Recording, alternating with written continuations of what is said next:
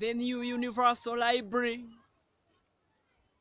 Australia, Commonwealth of Australian Antarctic Territory, Australian art. The history of our Australian art is that of colonial tradition, finally replaced by development of a distinct national product. It begins with topographical drawings of early settlers, such as Conrad Martens, who worked in Sydney in the 1830s. Painting in the Victorian age was largely devoted to Australian landscape, though the style was still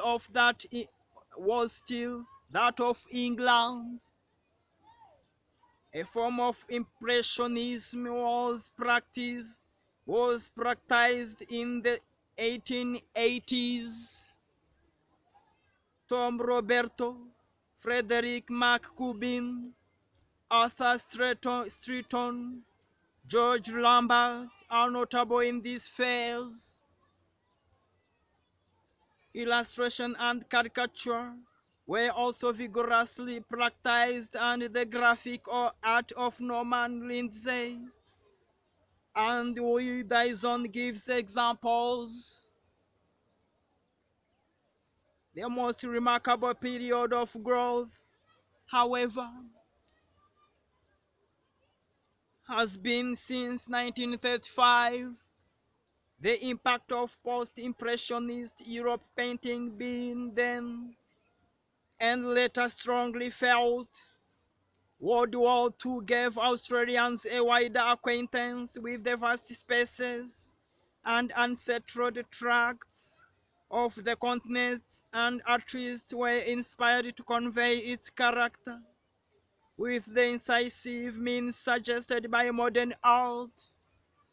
A distinctive Australian outlook appears in portraits of William Dobell, born 1899, Sidney Nolan, born 1917, has gained wide notice by landscapes of the Central Desert and Northern Territory, and his series of legendary histories, e.g.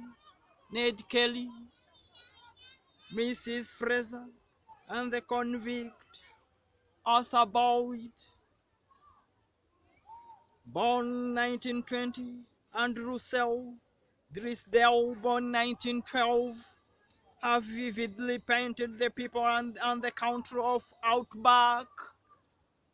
A great deal of new talent has appeared in recent years, and some difference has arisen between the Antipodeans, mainly concerned with Australian subject matter, and those branching out into more abstract expression. Melbourne and Sydney are the corresponding and contrasting centers of the two forms. A representative collection of Australian paintings is in the National Gallery of New South Wales, Sydney. Australian film production. Australian film production began in 1900 with J.H. Perry's Eric Christian Martyrs and Soldiers of the Cross, and continued at the rate of about four films a year.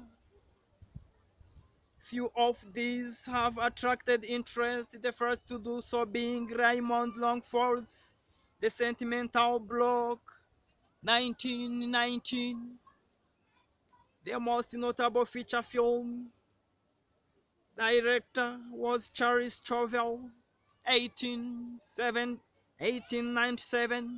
1959, whose films include 40,000 Horsemen, 1941, and Jeddah, 1955.